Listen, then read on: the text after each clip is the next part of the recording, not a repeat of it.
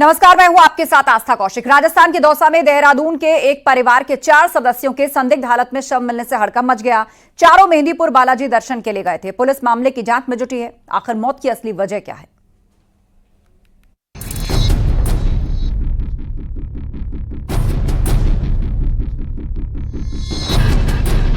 देहरादून का रहने वाला एक परिवार दौसा में मेहंदीपुर बालाजी दर्शन के लिए पिछले हफ्ते गया था, जिसमें पति पत्नी और उनके बेटा बेटी भी थे। वो दौसा की एक धर्मशाला के कमरा नंबर 119 में रुके थे। उन्हें देहरादून वापस लौटना था, लेकिन इससे पहले कि वो राजस्थान से निकलते उनकी मौत की खबर आ गई। चारों का शव धर्मशाला के इसी कमरे में मिला। दौसा के मेहंदीपुर बालाजी में धर्मशाला के रूम नंबर 119 में 4 शव मिलने के मामले में अभी तक ये पता नहीं लग सका है कि चारों की मौत कैसे हुई है। यह धर्मशाला है रामाकृष्णा धर्मशाला। यहाँ पर 12 जनवरी को 10:30 बजे एक ही परिवार के 4 लोग आए थे। देहरादून के रायपुर से आए थे। नितिन कुमार के नाम से एक रूम बुक हुआ था। नितिन सहित उसकी पिता, माँ और बहन शामिल थी। कब ये आए थे यहाँ पर और कब जाने थे? करीब सुबह 10 बजे हमारे पास आए थे कमरा देखने के लिए। नितिन भैया कमरा दिखा दिया, जिसके बाद में ये 10 बज के 10 10:30 के समथिंग कमरे के अंदर चले गए। कल क्या हुआ? कल कैसे पता चला? कल शाम को हम सफाई के लिए गए थे ऊपर, और बाकी कमरे खाली हुए थे। उसके चक्कर में हम गए थे, भाई इनकी सफाई करनी है। तो कमरे झाड़ू काट रहा था, जब साइड में थोड़ा सा दिख रहा था तो लेडी का चेहरा दिखाई दिया मुझे। मैं सोच रहा मैं गए नहीं, आज 15 तारीख इनको जाना था। तो मैंने थोड़ा सा और गेट खोला तो चारों ऐसे दिखाई दिए। मैंने नीचे आके बोला, नीचे आने वो फिर हम चौकी में गए। चौकी में बोल गया। ये डेड बॉडी कहाँ पड़ी हुई थी? क्या सभी बिस्तर पे थी? क्या थी? 2 तो नीचे थी, 3 नीचे थी, एक बेड पे था। एक बाथरूम के बाहर था नीचे वाला। वो देखा नहीं मैंने, क्योंकि गेट पूरा खुलता तो दिखाई देता मुझे। मैंने थोड़ा सा गेट खोला, बस ये मेरा हाथ घुस जाए इतना गेट खोला था। अब ये खुदकुशी है या कोई साजिश, इसका खुलासा अभी नहीं हो पाया है। मृतकों की पहचान सुरेंद्र उपाध्याय, उनकी पत्नी कमलेश, बेटा नितिन और बेटी नीलम के तौर पर हुई है। वो रायपुर के चकतुनवाला में रहते थे। उनकी मौत से पड़ोसी भी हैरान हैं। आज आना था बुध को। अच्छा, आज वापस आना था? हाँ। तो लास्ट बातचीत कब हुई थी आपकी उनसे? उस दिन गए में। अच्छा, जिस दिन गए थे? हाँ। गए किस तारीख को? मेरे ख्याल का 10 तारीख में गए दिखे थे। 10 तारीख। हाँ। अच्छा, क्या करते हैं आपके? क्या करते थे? बस ये लड़का तो यहाँ एडियोस फैक्ट्री में नौकर था इनका, और इनका पिता गाड़ी चला कर रहा था। वहीं राजस्थान पुलिस मामले की जांच पड़ताल कर रही है। दून पुलिस को भी खबर दी गई, जिससे वहां भी छानबीन शुरू हो गई। लेकिन कल जो जानकारी मिली है कि इन चारों की जो रुके हुए थे, तो उसमें संदिग्ध अवस्था में इनकी जो है डेड बॉडी मिली है। तो वहाँ की लोकल के पुलिस के द्वारा उसके जो भी विधि सम्मत कार्रवाई वो की जा रही है। और हमारे द्वारा कल रात इनके परिजनों को पूरी स्थिति से अवगत करा दिया गया था। राजस्थान पुलिस से भी इनका टाइप करवा दिया गया था, तो इनके परिजन वहाँ के लिए रवाना हो गए हैं। कहा जा रहा है कि मंगलवार मकर संक्रांति के दिन सुबह सभी ने बालाजी महाराज के दर्शन कर लिए थे, जिसके बाद वो धर्मशाला में लौट आए थे। अब पोस्टमार्टम के बाद ही मौत का सच बाहर आ सकेगा। दौसा से आशीष शर्मा के साथ ब्यूरो रिपोर्ट, न्यूज़ 18।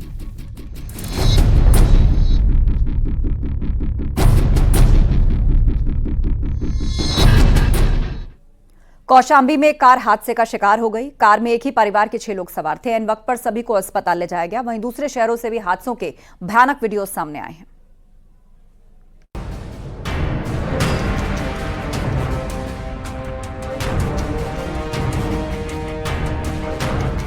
सड़क पर तेज रफ्तार हादसे का सबब बन सकती है। कौशाम्बी के हाईवे से आई ये खौफनाक तस्वीरें हैं, जहां तेज रफ्तार में आ रही एक कार पलट गई। कार पलटने के बाद काफी दूर तक घसीटते हुए आगे जाकर रुकी, जिसके बाद कार में धुआं उठने लगा। वहां पर मौजूद लोग कार के पास जाने लगे, लेकिन धुआं ज्यादा उठने से कुछ लोग डर की वजह से पीछे की तरफ भागते हुए भी दिखे। बाद में लोगों की मदद से कार सवारों को बाहर निकाला गया, जिससे उनकी जान बच गई। पुलिस को भी सूचना दी गई। कार में 6 लोग सवार थे। बाद में सभी को नजदीकी के अस्पताल में ले जाया गया। सैनी कोतवाली क्षेत्र के डोरमा पेट्रोल पंप के पास ये घटना हुई थी। जानकारी के मुताबिक हादसे में घायल लोग महाकुंभ से स्नान कर लौट रहे थे। सभी एक ही परिवार के बताए गए। अपने घर औरैया की तरफ जा रहे थे, लेकिन उनकी कार आगे दौड़ रही पिकअप से टकराकर पलट गई। हादसे के बाद पिकअप ड्राइवर मौके से भाग गया। वहीं रफ्तार के कहर की खौफनाक तस्वीरें नवी मुंबई से भी आई है, जहां बेकाबू कार ने सड़क के किनारे चल रहे 2 राहगीरों को टक्कर मार दी। इस हादसे में एक की मौत हो गई और एक गंभीर रूप से घायल है। हादसे का सीसीटीवी भी सामने आया है। वीडियो में देखा जा सकता है कि एक महिला और एक युवक सड़क के किनारे चल रहे थे। महिला मोबाइल फोन पर बात कर रही थी। जैसे ही वो थोड़ा आगे बढ़ी, तभी बेकाबू कार ने दोनों को टक्कर मारकर हवा में काफी दूर तक उछाल दिया। बाद में पुलिस ने सीसीटीवी की मदद से कार चालक को हिरासत में ले लिया। मामले की जांच पड़ताल चल रही है। मध्य प्रदेश के मेहर से दिल दहला देने वाला वीडियो सामने आया है, जहां बेकाबू लोडर ने बाइक सवार दंपत्ति को टक्कर मारकर भागने की कोशिश की। इस दौरान गाड़ी के नीचे बाइक फंस गई, जिससे ड्राइवर करीब 100 मीटर तक घसीटता ले गया। बाद में स्थानीय लोगों ने ड्राइवर को पकड़ लिया। Bureau report, news 18। मैदानों में कोहरा एक बार फिर मुसीबत बनता जा रहा है। मुजफ्फरनगर, सहारनपुर, नोएडा में इसकी वजह से सड़कों पर हादसे देखे गए। वहीं शीतलहर से ठंड में भी इजाफा हो रहा है।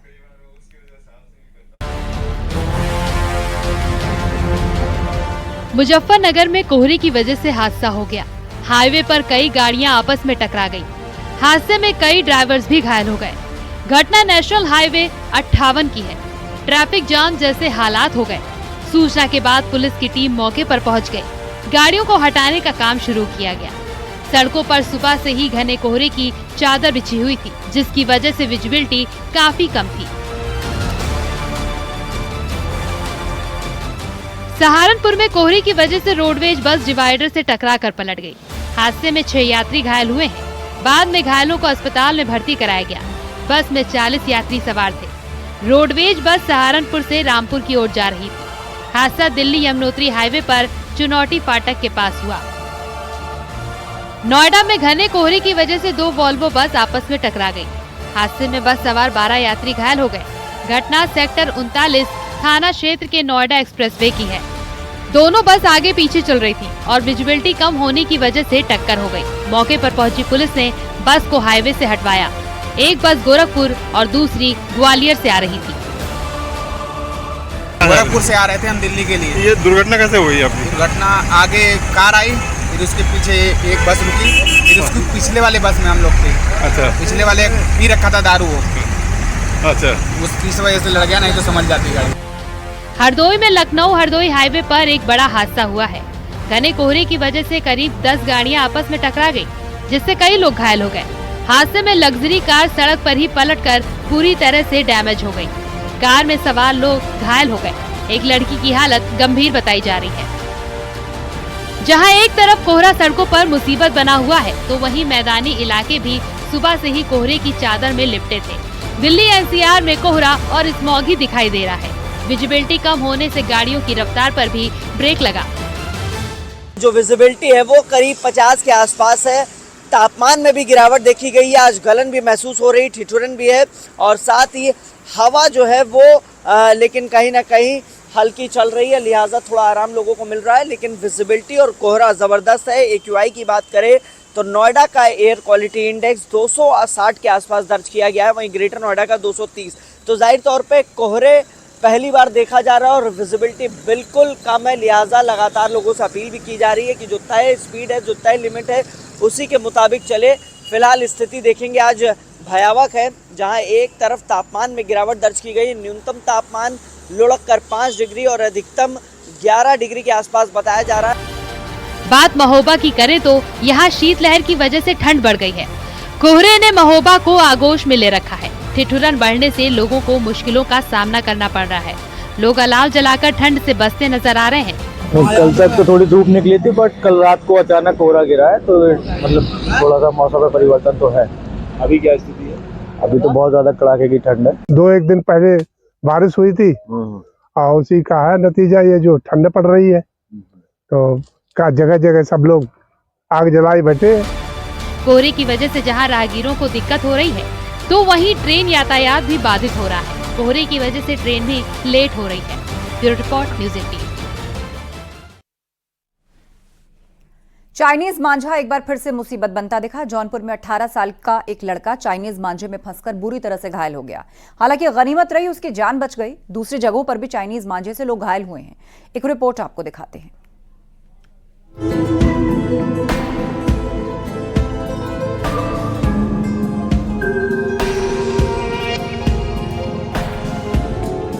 जौनपुर में अस्पताल के बेड पर लेटा ये लड़का बाल बाल बच गया। चाइनीज मांझे की चपेट में आकर वो बुरी तरह घायल हो गया। आनन फानन में उसे सही वक्त पर अस्पताल ले जाया गया, जिसमें उसकी जान बच गई। घायल हुए लड़के का नाम हर्ष है और वो अपनी बाइक से ही सब्जी मंडी जा रहा था। उसी दौरान रेलवे स्टेशन के पास हर्ष की गर्दन में चाइनीज मांझा फंस गया। इससे पहले कि हर्ष चाइनीज मांझे को खुद से दूर रखता, उससे पहले ही उसकी गर्दन कट गई। आसपास के लोगों ने उसे तुरंत अस्पताल पहुंचाया। हर्ष जौनपुर के सैदपुर नाम के गांव का रहने वाला है। इलाज के बाद डॉक्टरों ने उसे छुट्टी दे दी। वहाँ पहुंचे थे सिटी स्टेशन वाले पुल पे, तो जो है गाड़ी चला रहे थे और अचानक से मंझा जो है आ गया गले में, कट गया। उसके बाद जो है ये अपने दोस्त को फ़ोन किए हैं, भाई को, बड़े भाई को, तो हॉस्पिटल में ले गए। इनको 9 टाका चला हुआ है, सदर में इनका इलाज हुआ है। अभी पट्टी उट्टी करवा के आ रहे हैं। जिला प्रशासन की सख्ती के बावजूद भी कई विक्रेता चाइनीज मांझा बेच रहे हैं। प्रशासन छापेमारी के बाद चाइनीज मांझा बेचने वाले के खिलाफ लगातार कार्रवाई कर रहा है। अभी हाल ही में ही शाहजहांपुर में चाइनीज मांझे से गर्दन कटने से एक सिपाही की जान चली गई थी। साथ ही पुलिस कर्मियों ने उन्हें अस्पताल पहुंचाया, लेकिन डॉक्टर उनकी जान नहीं बचा पाए। जौनपुर के अलावा राजस्थान में भी चाइनीज मांझे ने एक लड़के की जिंदगी मुश्किल में डाल दी। वहां के चूरू जिले में बाइक से घर जा रहे 18 साल के एक लड़के की गर्दन और हाथ की उंगली चाइनीज मांझे से कट गई। बाद में उसे अस्पताल ले जाया गया, जहां उसके गले पर 8 और हाथ पर 4 टाके लगाए गए। हादसा तब हुआ जब वो लड़का दुकान बंद करके बाइक से अपने घर जा रहा था। उसी दौरान अचानक उसकी गर्दन में चाइनीज मांझा लिपट गया। घटना के बाद लोगों ने प्रशासन से चाइनीज मांझा बेचने वालों पर कार्रवाई की मांग की है। Bureau report news 18।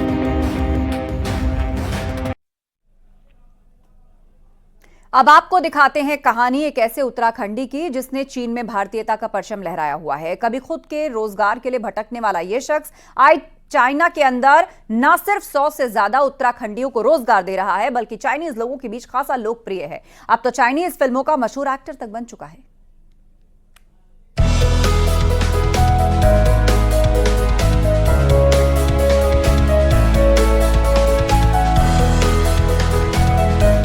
ये हैं टिहरी के केमरिया सौड़ गांव के देव रतूड़ी। 20 साल पहले रोजगार की तलाश में चीन पहुंचे देव रतूड़ी ने यहाँ एक अमेरिकन रेस्टोरेंट में वेटर की नौकरी से शुरुआत की और फिर 5 साल के अंदर ही वो इस रेस्टोरेंट के मैनेजर बन गए। 2013 में देव रतूड़ी ने अंबर पैलेस के नाम से पहला भारतीय रेस्टोरेंट खोला, जिसमें पूरी तरह भारतीय संस्कृति और परंपराओं की झलक थी। रेस्टोरेंट में इंडियन कपड़े भी रखे हुए हैं। अगर आप इंडियन कपड़े पहनकर खाना खाते हैं तो रेस्टोरेंट में ऐसे कस्टमर्स को कई सुविधाएं दी जाती हैं।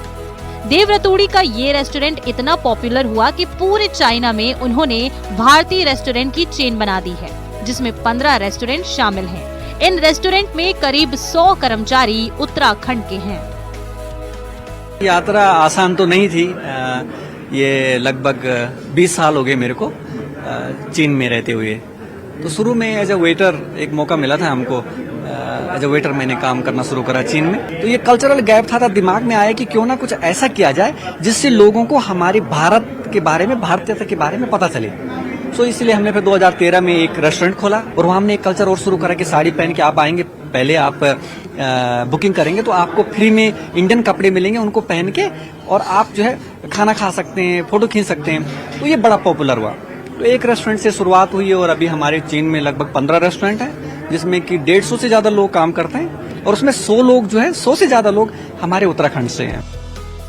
देव रतूड़ी चाइना में सिर्फ रेस्टोरेंट ही नहीं चलाते, बल्कि बतौर फिल्म एक्टर भी खासे पॉपुलर हैं। देव चाइना की 45 से ज्यादा फिल्मों और टीवी सीरियल में काम कर चुके हैं। चाइना की फिल्मी दुनिया में देव गैंगस्टर नाम से चर्चित हैं। और फिल्मों का ये था कि 1998 में मैंने मार्शल आर्ट सीखा है। मैंने ब्रूस ली की फिल्म को देख के मैं बड़ा प्रेरित हुआ था और उसके बाद मैं बम्बई गया था। तो मैंने इंडिया में भी एक टीवी सीरियल में और एक हरियाणवी फिल्म में काम करा था मैंने 2000 में। और उसके बाद वो सपना था मन में एक, यहाँ कर नहीं पाया, बहुत ज्यादा कंपटीशन है। तो फिर चाइना में जब गया मैं तो 10 साल बाद मेरे को फिर एक बार मौका मिला। एक डायरेक्टर था, वो किसी तरह से हमारे रेस्टोरेंट में आया, उसे बोला रेस्टोरेंट बड़ा प्यारा बना रखा है, यहाँ पर एक शूट करना है और एक छोटा सा रोल है। तो मैंने वो जो रोल निभाया उसको वो बड़ा पसंद आया, तो उसने दूसरे डायरेक्टर को रेफर करा धीरे करके। अभी आप देखते हैं मैंने लगभग चाइना की 45 से भी ज्यादा फिल्मों और टीवी ड्रामा में मैं अब तक काम कर चुका हूँ और विभिन्न तरह के रोल निभा चुका हूँ, ज्यादातर गैंगस्टर होते हैं। देव रतूड़ी बेहद गरीब परिवार से निकलकर आते हैं और अब वो चाहते हैं कि उनके गांव के आसपास के बच्चों का स्कूल किसी भी जरूरत की वजह से ना छूटे। यही नहीं, देव रतूड़ी हर साल उत्तराखंड यानी अपने गांव आना नहीं भूलते हैं। चाइना में रहते हुए 20 साल हो गया, तो हमको साल भर में मौका मिलता है आने का, लेकिन हम क्या है कि अपनी संस्कृति से जुड़े हुए हैं। तो वहाँ पर रहते हुए भी जैसे मैं हर दिन 5 बजे उठ जाना, 2 घंटा ध्यान करना, पूजा करना, जैसे हमारे बच्चे हैं तो हमने उनको अपनी संस्कृति से ऐसा जोड़ के रख रखा कि शनिवार इतवार को कभी भी हम खुद नहीं पूजा करते, हम बच्चों से करवाते हैं। उनको पता चलना चाहिए, तो कोशिश करते हैं घर पे भी ऐसा माहौल हो, पहाड़ी माहौल हो। कभी पहाड़ी खाना बना दिया, पहाड़ी गाने लगा दिए, तो गाँव की यादों से जुड़े रहते हैं। सीएम पुष्कर सिंह धामी की पहल पर प्रवासी सम्मेलन में भाग लेने देहरादून पहुंचे देव रतूड़ी का कहना है कि ये समय है अपनी मिट्टी का कर्ज चुकाने का। मुख्यमंत्री की पहल पर देव रतूड़ी ने टिहरी में 2 गांव भी गोद लिए हैं। देव रतूड़ी का कहना है कि इन गांवों को पर्यटन हब के तौर पर विकसित करने की उनकी योजना है। देहरादून से न्यूज़ 18 के लिए सुनील नवप्रभात की रिपोर्ट।